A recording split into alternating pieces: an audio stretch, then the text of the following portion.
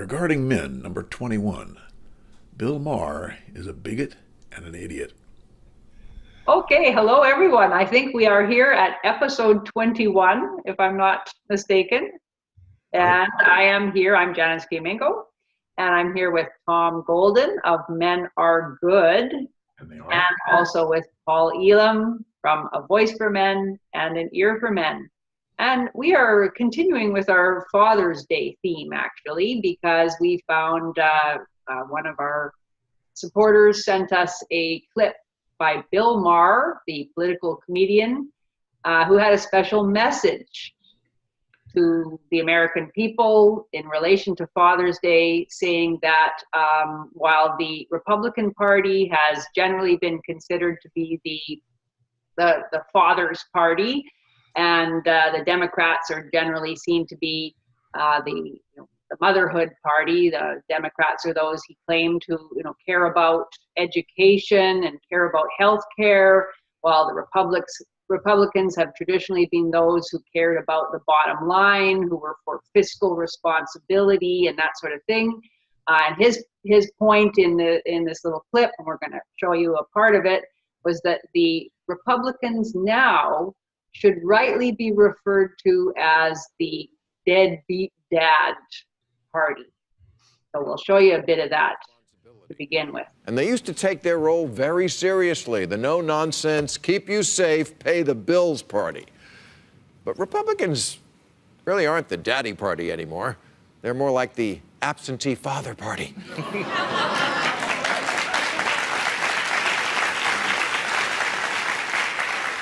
Going through a midlife crisis, making bad decisions with all this pretend confidence. It's like the entire party's wearing a toupee. Under Trump, they've become the deadbeat dad party.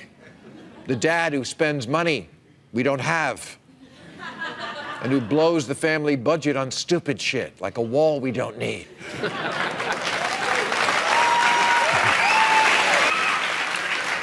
As for those of us just trying to survive in this American family, we have to come to terms with the reality that the daddy party is the asshole dad party now. And the patriarch of it all is a hot mess. And you know what happens when daddy's a useless piece of crap, right? Mom has to take over. And that's why Democrats, they're no longer the mommy party. They're the single mother party.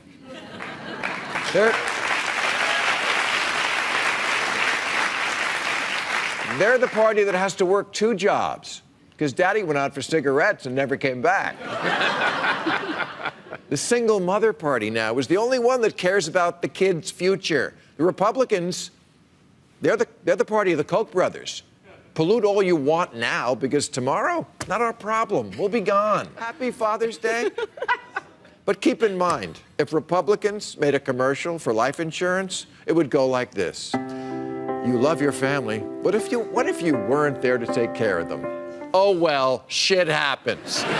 So there you have it. Isn't he funny? Isn't it just wonderful to hear all of these terms of derision and scorn and contempt for the father who fails to make his payments, or who is the absentee dad, as Bill Maher says. And he used terms such as, and here's a man who's worth, what, $100 million, speaking in such a contemptuous manner about men who can't make their child support payments. And he talked about absentee fathers, asshole dads, deadbeat dads, dads who go through a midlife crisis and just go all, irresponsible and crazy. The dad who spends money we don't have and blows the family budget on stupid shit. And of course, he also says knowingly that what happens when daddy's a useless piece of crap, because mom has to take over. Of course. So he claims that Democrats have become the single mother party, and that's the mom who has to take over because of the absentee dad. He's gone off to get cigarettes and never comes back, so she's got to hold down 2 jobs to take care of everything. So that's really nice. Great political metaphor there, Bill. Slandering men who don't make their child support payments. Yes. And of course, on Father's Day. He sprinkled in a lot of direct personal insults at President Trump in the process of this, insults about his family, insults about his wife. Of all things, an entertainer like Bill Maher making insults about a woman having cosmetic surgery, and making insults about Donald Trump wearing makeup, as he sat there looking in a camera with a face full of makeup on. And I'm sure there's probably been a little nip and tuck in his past somewhere. He's at that age, but we won't get into the hypocrisy of it now. The main point was he wanted to draw this big analogy that we all can relate to about worthless asshole dads who don't pay their child support and who go to get a pack of cigarettes and never come home, and these poor, forlorn, saintly women that are left behind to provide the only nurturing and caring. And he referred to the Democrat Party now as the single mother party. And let me be the first to say that I agree with him entirely when it comes to living off the government tit, sucking up welfare money, squandering services, producing offspring that are voted most likely for gang involvement and being sent to prison, for creating drug addicts, for filling up all the Section 8 housing. Yes, the Democrats have become the single mother party, and he actually said this like he was proud of it. So way to go, Bill, I guess. Yeah. The thing that got me was that here he was doing this on Father's Day. It's like, wait a minute, isn't this just one day when we're supposed to be kind to dads and honor them for what they've done rather than tear people down? From what I saw, he wasn't just attacking deadbeat dads or dads who don't pay or dads who can't pay. I saw it as he was attacking men in general.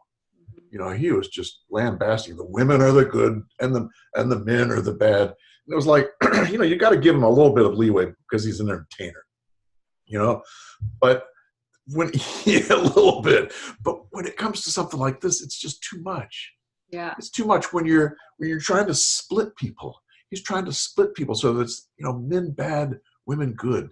And we've seen all kinds of splitting, Republicans bad, Democrats good, blacks good, whites bad. All of these splits right down the middle. It's crazy. And what we're doing is we're pushing ourselves into conflict, where it's just going to go kaboom. And he's a minion. He's a feminist minion who's happy to push that kind of bullshit on people. And it's just annoying. And it's sad, really. Yeah. And so completely untrue. It Yes. really bothers me, that,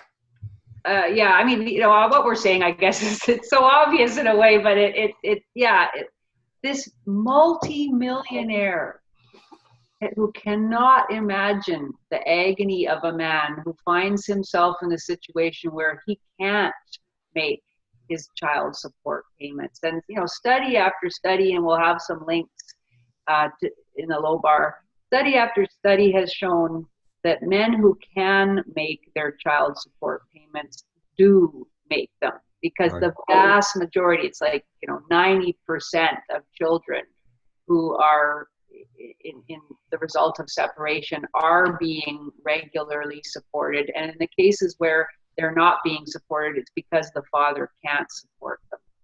And so to have this multimillionaire mocking and deriding these people, obviously he has no clue about the agony that they experience. And we know that these men are at terrible risk of committing suicide.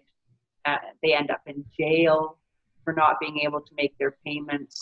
I wonder if he's ever bothered to look into why it is that men can't, and in some occasions, make their child support payments. And I'll tell certainly you. it's so No, I just want to say I would vote absolutely not. I don't think he's ever looked into it. And the reason I say that is because, like so many liberals, the liberals are the ones who are supposed to be about, inclusiveness and anti-bigotry and about being open to, but the liberals are always the ones who will identify whatever groups are still acceptable to go after as a group. And they're the most boisterous about it. They're the ones always attacking men. They're the ones always attacking whites. And of course they attack conservatives. Anybody, yes, and Christians is another one. They go after, and they've started in on Jews in a very big way.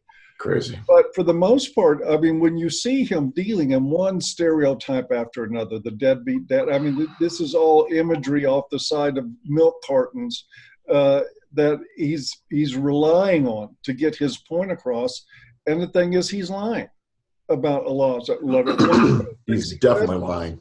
Was that they showed a picture of Donald Trump in front of a wall saying squandered a lot of money on shit we don't need. The Obama administration increased the national debt more than every other presidency in American history combined. That includes Bush. I mean, you go through the numbers. Yep. When you look at the graph of spending and debt, you see it took a big jump with George Bush, but then when Obama got in office, man, the line went straight to the heavens. He doubled it. Yes. And Bill Maher was complaining about $997 billion. Where he got that number from, I don't know, just shy of $1 trillion. The debt's $22 trillion. It was half that much when Obama got in office. Of course, Bill Maher conveniently forgets this. Yes.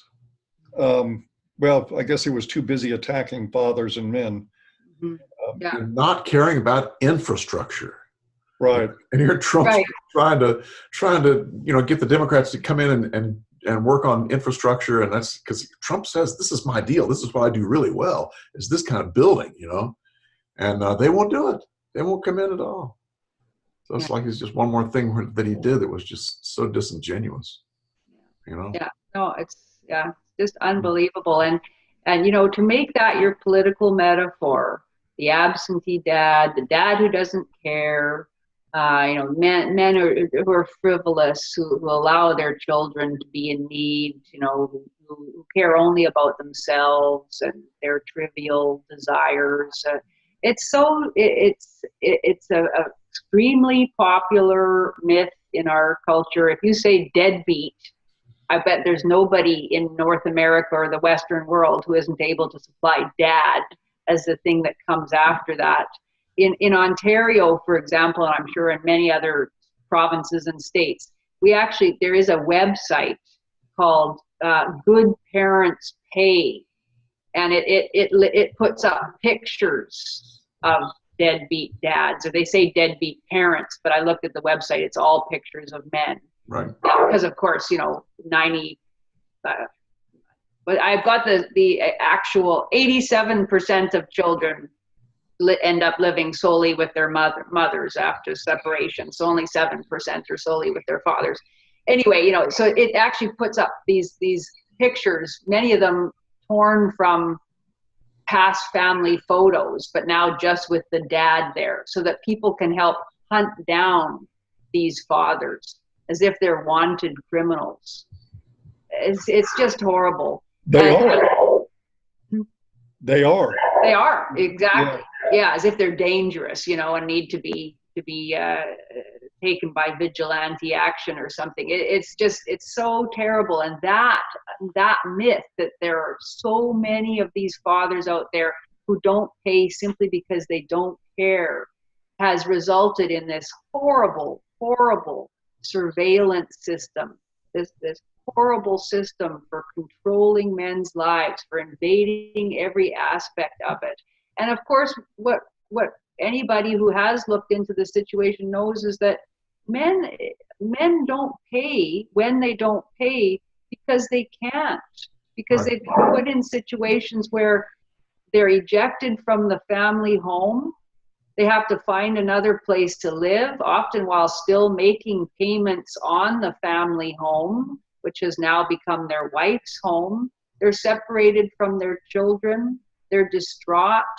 They're having to find another place to live, a place that's good enough that they can have their children come and stay with them, so it can't just be a little hole in the wall. So all of a sudden they have double what they've been paying before. On top of that, huge lawyers' fees because they're fighting to be able to see their children.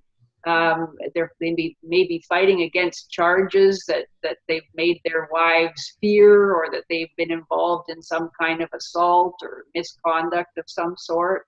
So they have all these payments. It's unbelievable that so many can make them in the first place. Then on top of that, they're experiencing the incredible distress of their situation that may plunge them into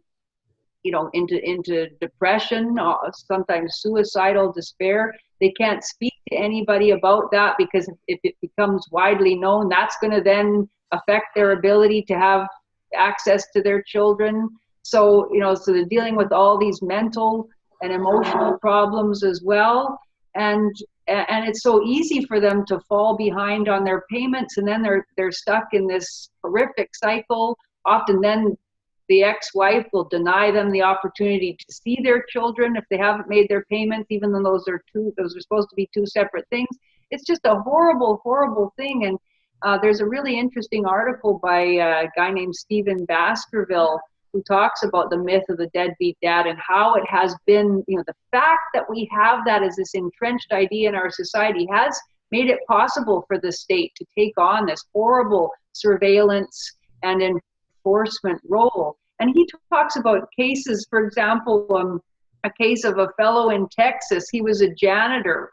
He was spent 10 years on death row. He was finally exonerated. When he came out of prison, guess what was waiting for him there? A $50,000 bill for child support that he hadn't paid while he was in prison. This is one of the cases. Another case was a father who was arrested for failing to pay child support during the 5 months that he was a prisoner of war in Iraq. Another example, in Kansas, well, you guys know these cases, a teenage boy was ordered to pay child support to a grown woman who was criminally convicted of sexually assaulting him. And he goes through all these cases. So this is the system that we've created, and we've been able to create it because most of the public believes that there are all these men out there, just like those ones that Bill Maher is talking about, who just don't give a damn and aren't responsible and are more interested in buying themselves a red sports car than feeding their children. And they are the problem. It's these men that are the problem. And if only these men weren't like that, life would be wonderful. I mean, that's the whole underlying assumption of all this bullshit. And I think Stephen's article is a thing of beauty, because he really just puts the focus down on what's really happening. So we'll make sure to link that one below. Yeah. It's well worth having a look at. Yeah. There's another element to this too that is certainly worth mentioning, which I've seen happen over and over and over again. Guys that, they're clinging on to every penny they can make. They're scraping the sofa for change. They're eating ramen and macaroni and cheese box dinners in order to save money on groceries. They work as much as they can. They're constantly worried about it being incarcerated, being picked up from their jobs. They get behind on the child support. But they do all this, they get it together, and they pay most or all of the money, and then they get some time with their kids, and the first thing they hear is, Mama said you don't pay the child support because you don't care if we eat.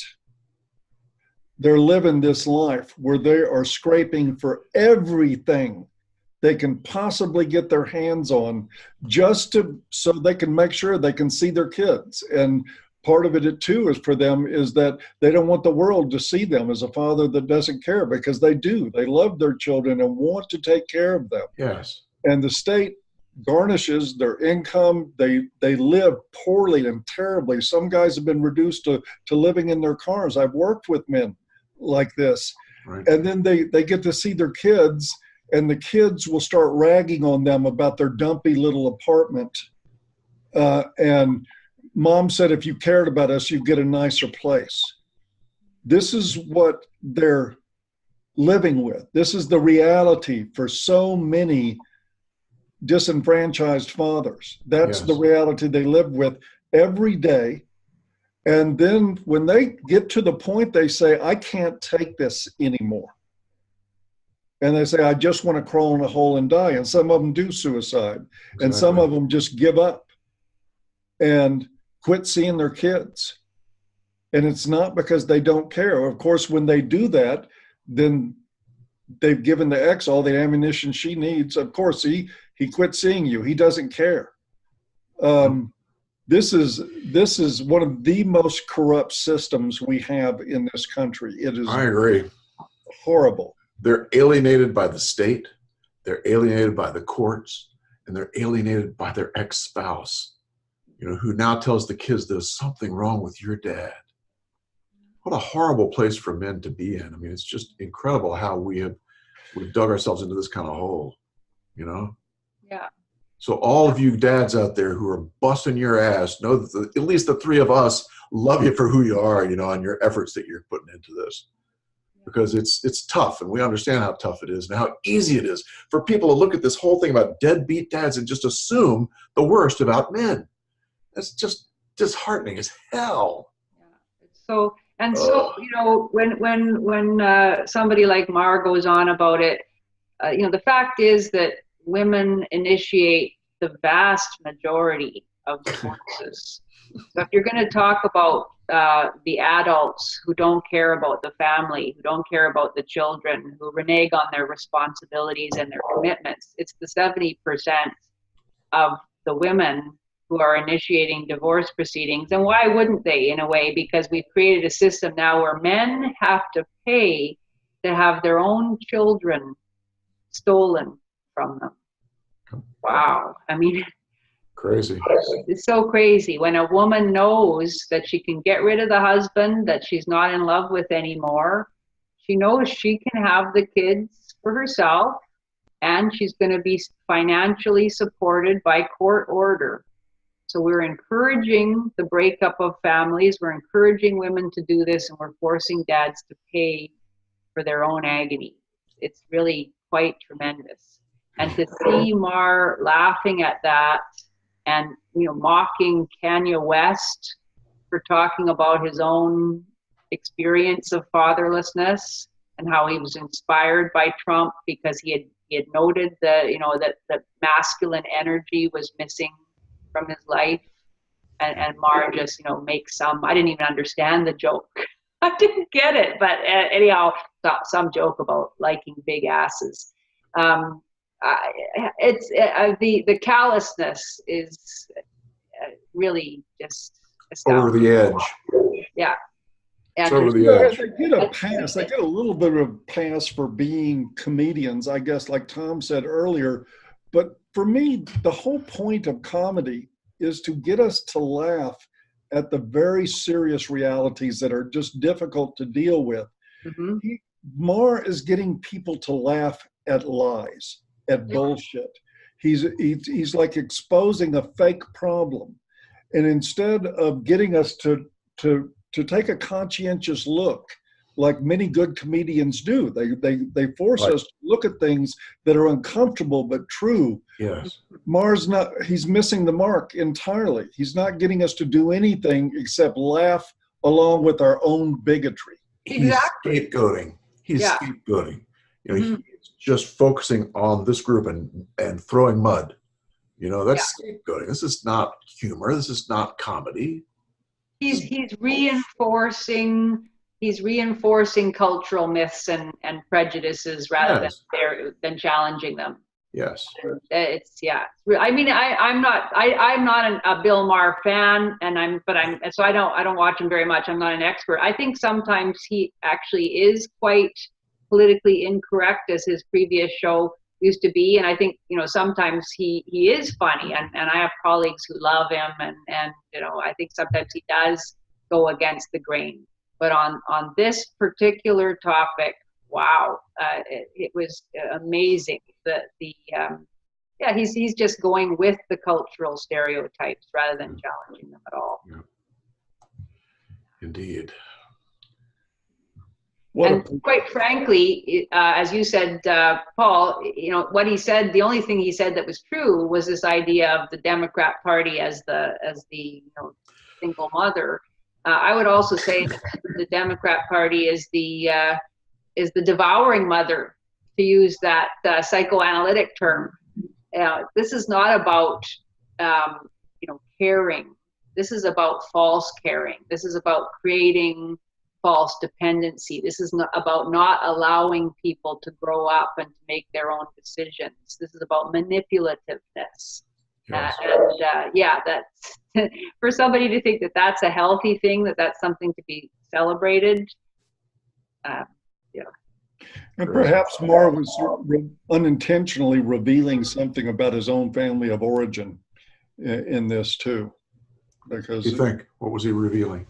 Well, I mean, I look at Joe Biden, and I know, for instance, that Joe Biden came from a family where there was a lot of physical abuse, and he came out of it with a great propensity to rescue women, to reduce women to victims and damsels completely, and to reduce men to being perpetrators. Wow. He was agreeing with me. Yeah, you got a response there, Paul. One to agree more. He was saying, yeah. But looking at Maher's blindness, when he's in a profession that should give him a view past the veneer, past the facade of many issues, he doesn't see past that. And instead, he could have been Joe Biden sitting there. And so it wouldn't surprise me if when Janice said devouring mother, I thought, Yeah, that sums it up pretty well. I would love to get a view of Bill Maher's family of origin. Yeah. Well, we'll have to poke around a little bit. If he's let any of it out, Biden can't control his mouth, so we get that. That's the truth. But speaking of Bill Maher, I, for one, I think we've discussed this, and he is certainly qualified. He is one magnificent puta.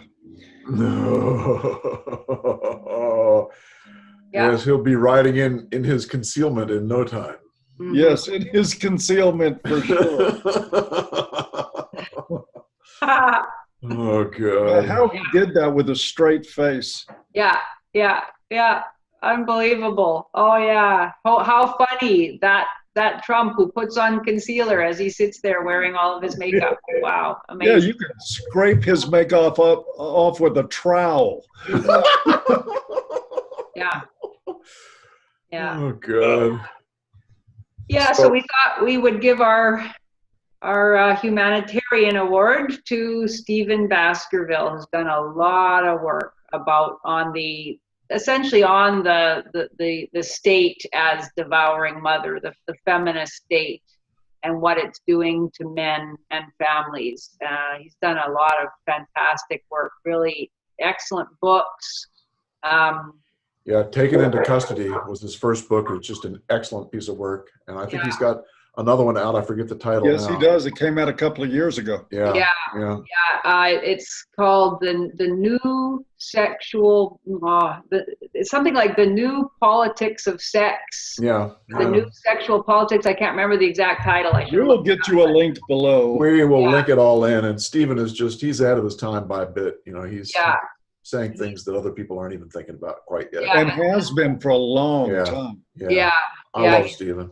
He is amazing, and just the depth of research. Everything is extensively annotated. Yes. And he's gone through court records, and he's amazing. Really. So he gets the humanitarian. Does research like Mark Levin does. Yeah.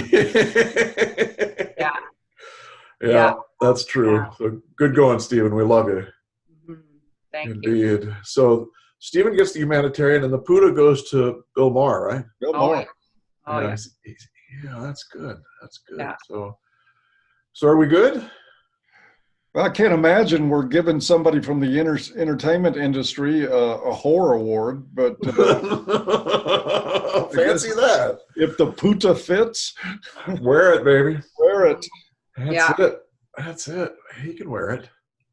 That's good. So we're finished. I think we are. I think we are. Yeah. And the newsletter. You know, we've got a newsletter out, guys, and we'd love to have you join us. And Link it's below. a way to keep in touch with what we're doing in case we get the axe from YouTube.